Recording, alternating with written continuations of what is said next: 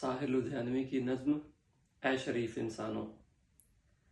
खून अपना हो या पराया हो, नस्ल आदम का खून है आखिर। जंग मशरिक में हो कि मगरिब में, अमने आलम का खून है आखिर। बम घरों पर गिरे के सरहद पर, रूहे तामीर जख्म खाती है। खेत अपने जलें के औरों के, ज़ीस्त फाकों से तिल मिलाती है।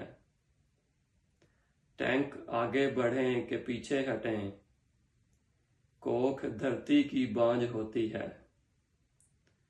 फतह का जश्न हो के हार का सोग, जिंदगी मैयतों पे रोती है।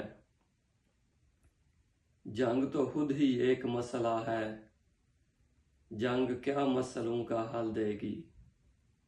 आग और खून आज बख्शेगी, भूख और एहतियाज कल देगी। इसलिए ए शरीफ इंसानों, इसलिए ए शरीफ इंसानों, जंग टलती रहे तो बेहतर है। आप और हम सभी के आंगन में शम्मा जलती रहे तो बेहतर है। बहुत शुक्रिया।